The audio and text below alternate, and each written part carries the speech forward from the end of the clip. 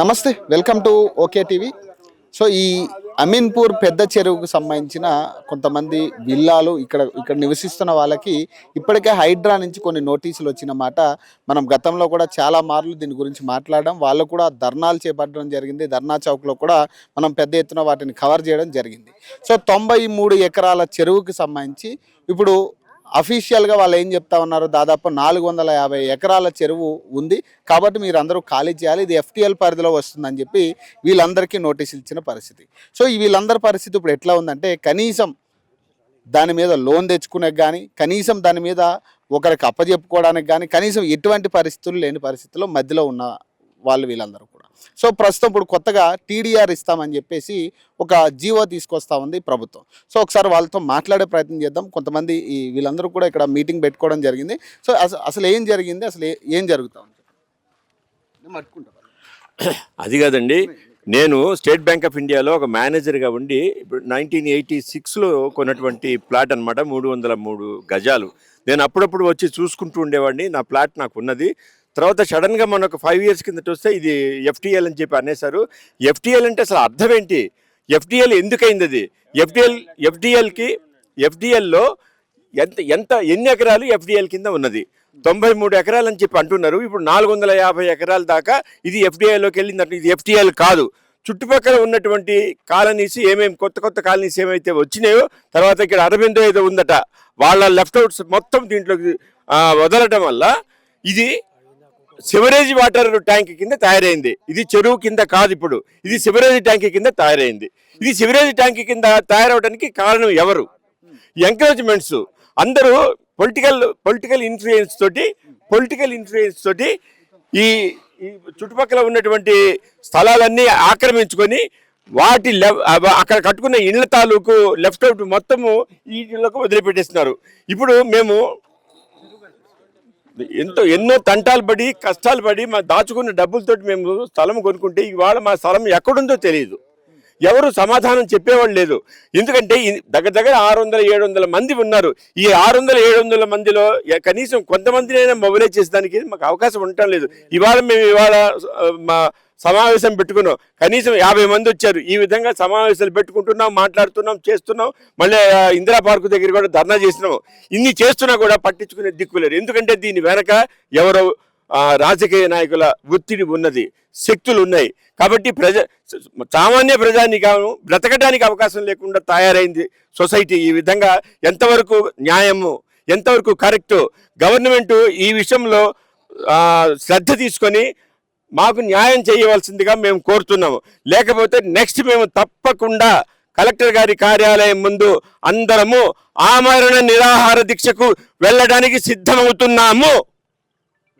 So అంటే ఇప్పుడు ఈ నాలాలకు సంబంధించి అవుట్లెట్స్ పరిస్థితి ఏంటంటే, అవుట్లెట్స్ మూసేయడం వల్లే మీకు ఈ దుస్థితానికి వచ్చే వాటర్ అంతా కూడా అటువైపు రావడానికి పూర్తిగా అవుట్లెట్ మూసేయడమే కాకుండా ఇక్కడ తుమ్ములు మూసేశారు, అవుట్లెట్స్ మూసేశారు. పూర్తిగా ఈ కాలనీలో ఉన్న వాటర్ మొత్తం కూడా చెరువులోకి వచ్చేసి అలుగులు కూడా మూసేయడం వల్ల మా ప్లాట్లలోనే ముంచేశారు. ఇప్పుడు టీడీఆర్ అంటున్నారు. మాకు టీడీఆర్ అవసరం లేదు. 93.5 ఎకరాల చెరువుకి పరిమితం చేసి వాటర్ని మా ప్లాట్లు మాకు ఇవ్వాలి, లేదంటే భూమి కింద ప్లాట్ ఇవ్వాలనేది మా డిమాండ్. మాకు వేరే టీడీఆర్లు ఇట్లాంటివి మాకు అవసరం లేదు. మేము ఎప్పుడో 2003లో కొనుక్కున్నాము. అది ఖమ్మం జిల్లా, ఖమ్మం నుంచి వచ్చాము. ఇప్పుడు మేము నాలాంటి వాళ్ళు చాలామంది ఉన్నారు. ఇక్కడ దగ్గర 3000 మంది బాధితులు ఉన్నారు నాలాంటి వాళ్ళు. మేము మా పిల్లల భవిష్యత్తు కోసం ప్లాట్లు కొనుక్కొని ఈరోజు చాలా సఫర్ అవుతున్నాము.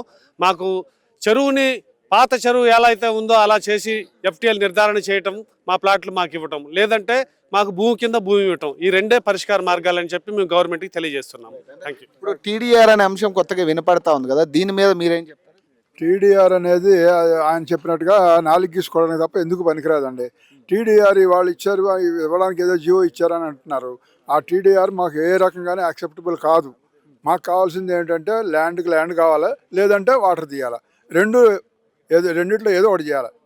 మాకేంటంటే ఇదివరకు ఆ క్రికెట్ ఆడుకునేవాళ్ళు, ఇవాళ చూస్తే మీకు ఆ పిల్లర్స్ కూడా కనిపిస్తాయి. మన ఎలక్ట్రికల్ పోల్స్ చూడండి, ఇంత దాకా మునిగిపోయి ఉన్నాయి. అప్పుడు వేసి ఉండే నాటికి అవి బయట ఉన్నాయి, అవన్నీ ఇప్పుడు మునిగిపోయి నీళ్ళు వచ్చేసినాయి. ఎందుకంటే అసలు న్యాచురల్గా ఏంటంటే ఇన్లెట్ ఉన్నప్పుడు అవుట్లెట్ ఉండి తీరాలి. మరి అక్కడ అక్కడ అగ్రికల్చర్ లేదని చెప్పేసి మూసేయడానికి ఇరిగేషన్ వాళ్ళకి ఏ అధికారం ఉంది? అది వదిలిపెట్టి కట్టేసుకోండి, మీ ఇష్టం వచ్చినట్టు కట్టుకోండి. వాటర్ పోకుండా అదంతా అట్టు పెట్టేశారు. ఇదేమో అదేమంటున్నారు, పైన ఉన్నది మన అప్ స్ట్రీమ్లో ఉన్నదేమో FTL అంట, ఇది FTL కాదంట. ఇది చూడండి ఒకసారి మీరు ఆ లెవెల్ చూడండి మీరు, ఎంత కిందకు ఉందో చూడండి. అక్కడి నుంచి మీకు మల్టీ స్టోరీ బిల్డింగ్లు కడుతున్నారు. మరి అక్కడ మాకు 200 గజాలు నాకు కూడు మానేసి నేను అక్కడ సంపాదించుకున్న ఆ 200 గజాలకి ఇల్లు కట్టుకోవడానికి నాకు అది తప్ప ప్రపంచంలో ఏ ఆస్తి లేదు. అంటే నేను రిటైర్ అయ్యాను, 2006లో కొన్నాను, 8లో రిటైర్ అయ్యి ఇక్కడ కట్టుకుందాం ఇల్లు అని. అవి కొట్టుకుంటే FTL అన్నారు. కొంతమందికి ఇచ్చి ఉన్నారు మళ్ళీ FTL, కొంతమందికి బిల్డింగ్ పర్మిషన్ ఇచ్చిన తర్వాత మళ్ళీ వెనక లాక్కున్నారంట.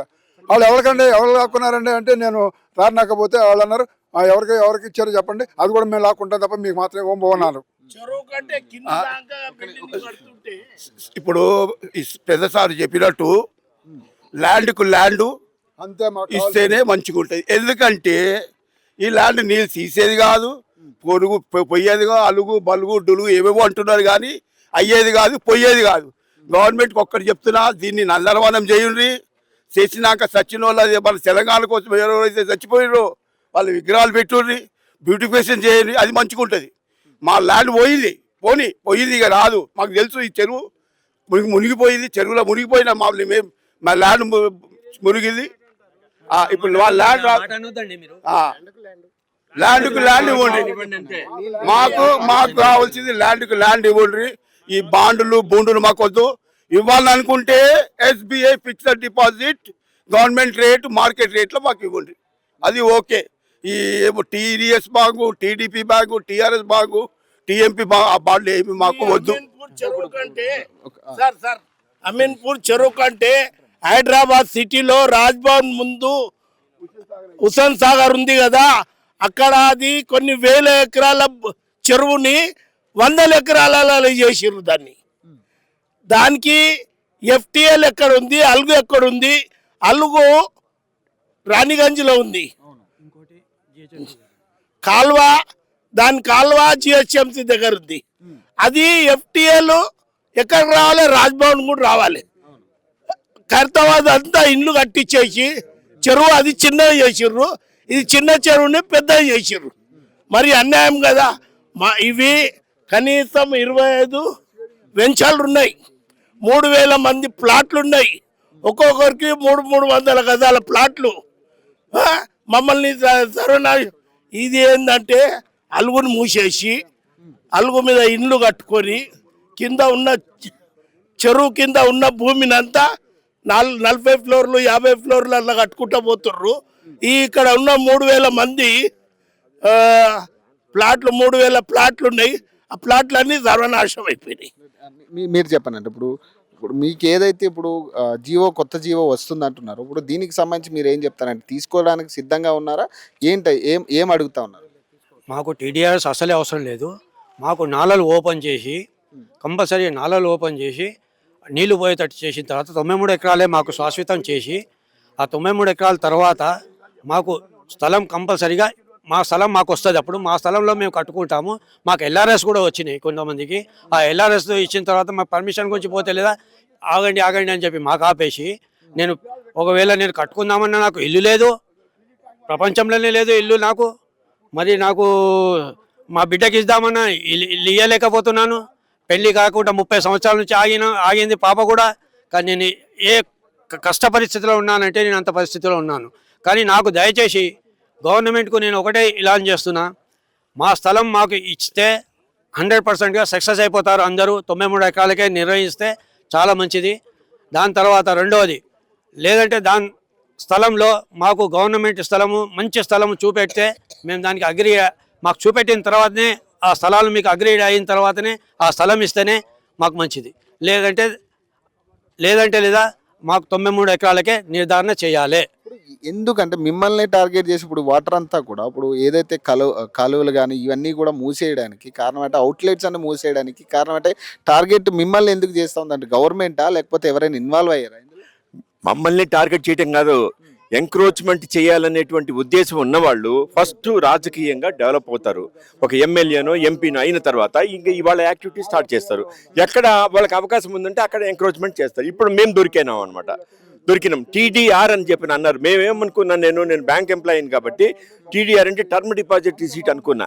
కానీ అది కాదు, ట్రాన్స్ఫరబుల్ డెవలప్మెంట్ రిహాబిలిటేషన్ అంట. ఇది ఎవరికి తెలియదు. మనం నమ్మేసి దీన్ని వాళ్ళు ఇచ్చింది యాక్సెప్ట్ చేసామనుకోండి, మేము ఎవరికి అమ్ముకోవాలా? అమ్ముకునేదానికి అవకాశం ఉందా? అసలు కనీసము ఎవరిని అప్రోచ్ అవ్వాలో కూడా మాకు తెలియని పరిస్థితి. ఈ పరిస్థితిలో ఉన్నప్పుడు టీడీఆర్ అనేటువంటి ఒక అబ్రివేషన్ ఇచ్చి జనాల్ని మిస్గైడ్ చేసి మీకు ఇస్తున్నాము, అలాట్ చేసేస్తున్నాం అంటూ ఎంతవరకు కరెక్టు? మాకు ఇవన్నీ వద్దు. మాకు కావాల్సింది ఏంటి? నాకు 303 గజాలు, అట్లనే ఎవరెవరికి ఎన్నెన్ని గజాలు తీసుకొని ఉన్నారో అంతే వేరే దగ్గర ఇవ్వండి, కాంపెన్సేట్ చేయండి. అది కరెక్ట్ పద్ధతి. కానీ టీడీఆర్లు ఇస్తాము, మీరు ఎవరికో అమ్ముకోండి, ఎవరెవరికో చేసుకోవాలంటే జరిగే పని కాదు. తర్వాత ఇంకొక విషయం, ఇక్కడ సివరేజ్ వాటర్ వదలడానికి మీరు గవర్నమెంట్ ఏం చేస్తుంది? ఎలా పర్మిట్ చేశారు? When there is an inlet there should be automatically outlet. Here there is no outlet. ఇప్పుడు అవుట్లెట్స్ ఎక్కడ ఉండేవి అవి? అంటే ఇటు సైడా అవుట్లెట్స్ అన్ని ఇటా? ఇదిగో ఇక్కడ ఉన్నాయి నాలా, అదిగో ఇప్పుడు అవన్నీ కూడా అవుట్లెట్స్. ఇప్పుడు ఇవన్నీ మూసేసి ఆ ఇల్లు కడుతున్నారండి. ఆ ఇల్లు కట్టేశారు, దానికి పర్మిషన్ ఇచ్చారు. మాకు పర్మిషన్ ఇవ్వట్లేదు. అప్లాండ్ లో అప్ స్ట్రీమ్ లో ఉన్నాం మేము. మాది బాగా మేరకను ఉంటే కూడా అదేమో బఫర్ జోన్ అంటున్నారు. లేకపోతే వీళ్ళకి ఇబ్బంది అవ్వాలి, అది వాళ్ళకి ఇబ్బంది అవ్వాలి. వాళ్ళేమో వాళ్ళు శుభ్రంగా ఇంత పెద్ద బిల్డింగ్లు కట్టుకుంటున్నారు, మాకు ఏమీ లేకుండా పోయింది. ఈ ల్యాండ్ కంటే ఈ ల్యాండ్ హైట్ ఉంది. ఇంకొకటి ఏంటంటే వాటర్ ఏంటంటే మొత్తం ఇది ఎక్కువ హైట్ లేదు, ఇది ఎక్కువ డెప్త్ లేదు. మీరు పోయి లాస్ట్ లో పోయి చూసినారో 5 to 10 feet వాటర్ ఉంది ఇది. అది కూడా ఎందుకంటే బంద్ ఇది అవుట్లెట్ లేకుండా ఉండడం వల్ల వాటర్ పెరిగింది ఆడ. లేకపోతే ఇప్పుడు దాకా అసలు మేము 2006 లో ప్లాట్ తీసుకున్నాము. ఆడ కనిపిస్తుంది మీకు ఎలక్ట్రికల్ పోల్స్ కూడా అప్పుడు ఉన్నాయి, మధ్యలో ఎలక్ట్రిక్ పోల్స్ కూడా ఉన్నాయి అందులో ప్లాటింగ్ లో. ఎలక్ట్రికల్ పోల్స్ ఉన్నాయి అందులో. అప్పుడు ఎలక్ట్రికల్ పోల్స్ ఉన్నాయి, లైన్స్ ఉన్నాయి, రోడ్స్ ఉన్నాయి, అన్ని ఉండే అక్కడికి. యాక్చువల్లీ అవుట్లెట్స్ ఇక్కడ క్లోజ్ చేయడం వల్ల ఇప్పుడు మీకు వాటర్ పెరిగినాయి. ప్లస్ ఇంకొకటి ఏమో అప్పుడు ఓన్లీ రైనీ సీజన్ మాన్సూన్ లోనే వాటర్ వస్తుండే ఇందులో. ఇంకా ఇప్పుడే 365 days ఇంట్లో డ్రైనేజ్ వాటర్ పడుతుంది ఇందులో. మీకు ఇచ్చింది ఇరిగేషన్ వాళ్ళు ఇచ్చారు. ఇప్పుడు వాళ్ళు ఏం చేస్తున్నారంటే 450 ఎకరాలు అని చెప్పి వాళ్ళే సపోర్ట్ చేసుకుంటున్నారు. వాళ్ళు సపోర్ట్ చేసుకునే తప్ప ఇది 93 ఎకరాల 15 కుంటాలు మాత్రమే. పొలిటికల్ ఇన్వాల్వ్మెంట్ కూడా జరుగుతుందా? పొలిటికల్ ఉంది సార్ ఇందులో, ఎగ్జాక్ట్లీ పొలిటికల్ ఇన్వాల్వ్మెంట్ ఉంది. దాని వల్లనే అది అట్లా చేస్తున్నారు. మధ్యలో కొంతమంది ఇక్కడ లోకల్ లీడర్స్ కూడా వచ్చినారు, మాకు ఇచ్చేసేయండి, మీరు 4,000కు 3,000కు మాకు ఇచ్చేసేయండి, మేము తీసుకుంటామని కూడా వచ్చినారు. అట్లా కూడా వచ్చినారు ఆఫర్స్ వచ్చినాయి ఇందులో వాటర్ లో ఉన్న వాళ్ళకు. చేపలు పెంచనీకే చేపలు పెంచనీకే వాళ్ళకు అల్గుని అన్ని బంద్ చేసి పడేసి మొత్తం డ్రైనేజ్ వాటర్ నింపేసి మా ప్లాట్లన్నీ ముంచేసారు. మీరేం చెప్తారు బాబా? నేను చెప్పేది ఒక్కటే సార్, వీళ్ళందరూ చెప్పింది దానికి నేను ఒక్కటే చెప్తాను.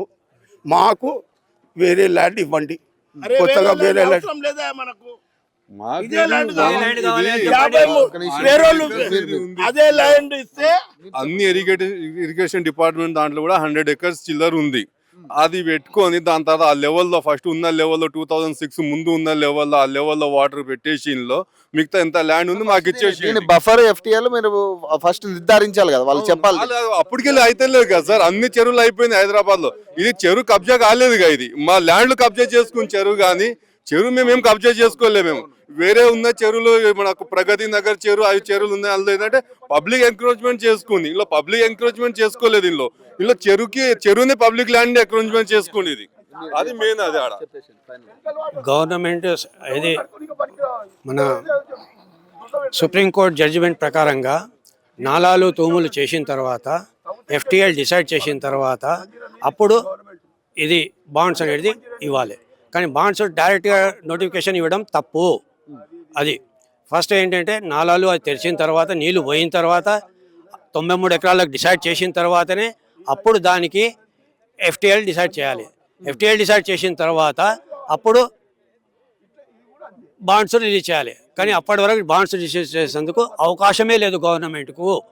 అది ఇంకొకటి సార్ నేను అంటున్నది, మీరు టీడీఆర్స్ ఇస్తారా? టీడీఆర్స్ ఎందుకంటే ఫస్ట్కి వెళ్ళి మేము ఎఫ్టీఎల్లో ఉన్నప్పుడు దానికి ఇవ్వచ్చు.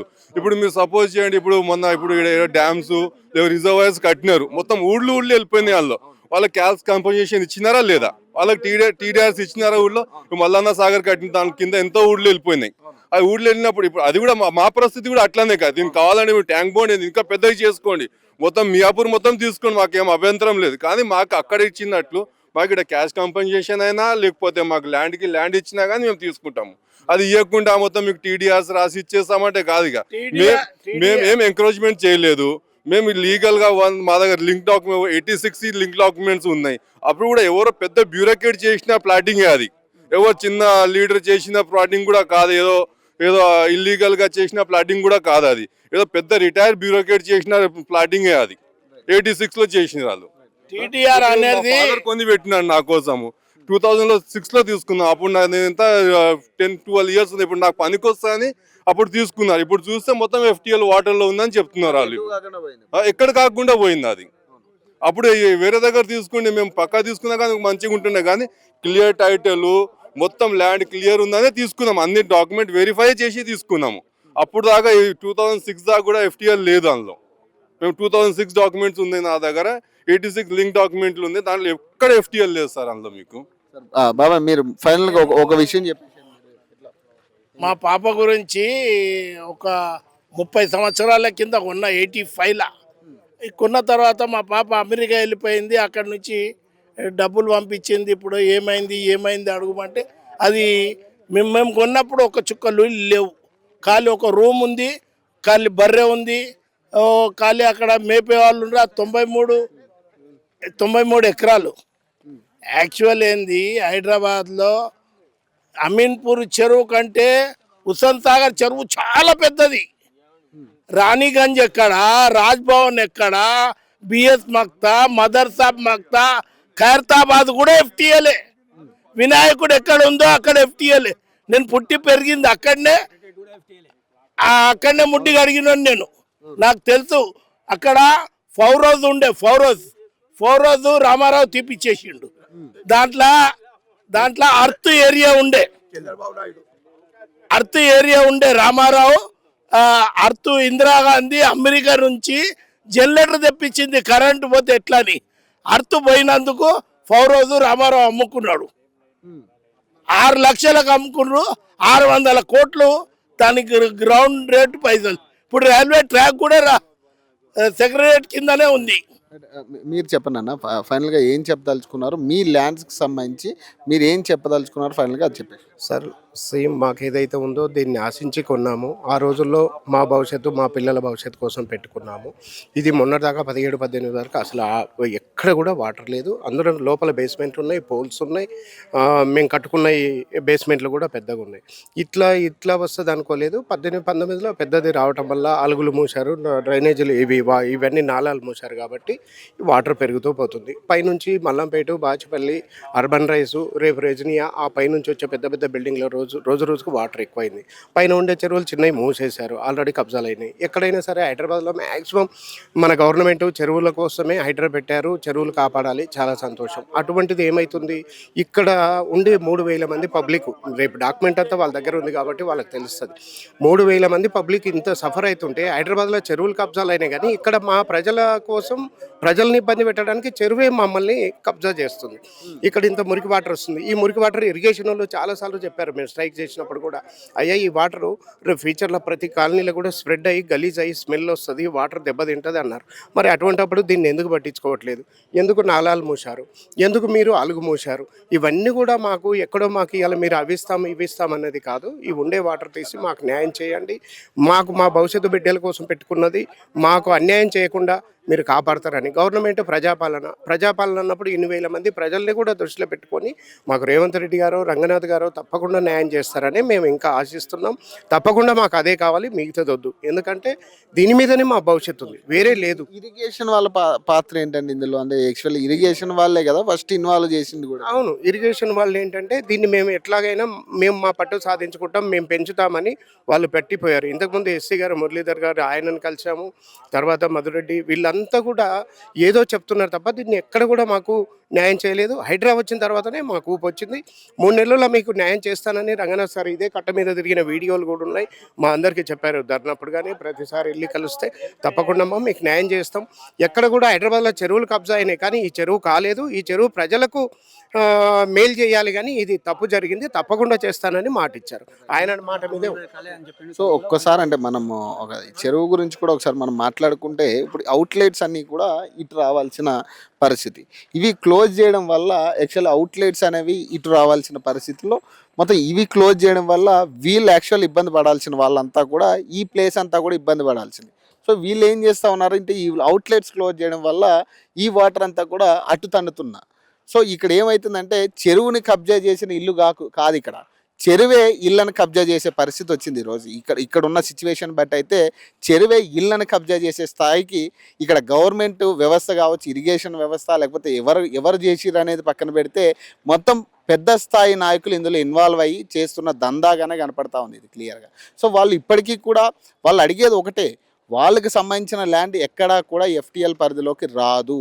ఇది 93 ఎకరాల చెరువు, ఇంకా అలాగే 93 ఎకరాల్లో అది ఉంది. దానికి ఫస్ట్ FTL బఫర్ జోన్ మనం నిర్ధారించిన తర్వాత, ఎందుకంటే FTL బఫర్ జోన్ నిర్ధారణ అనేది ఎట్లా జరుగుతుంది, 1 కిలోమీటర్ 2 కిలోమీటర్ల మేరనో ఆ FTL బఫర్ జోన్ అనేది మనం తీసుకుంటూ ఉంటాం. ఎందుకంటే హైడ్రా కూల్చివేతల ప్రతి చోట కూడా ప్రతి చెరువుకి FTL నిర్ధారణ జరిగింది.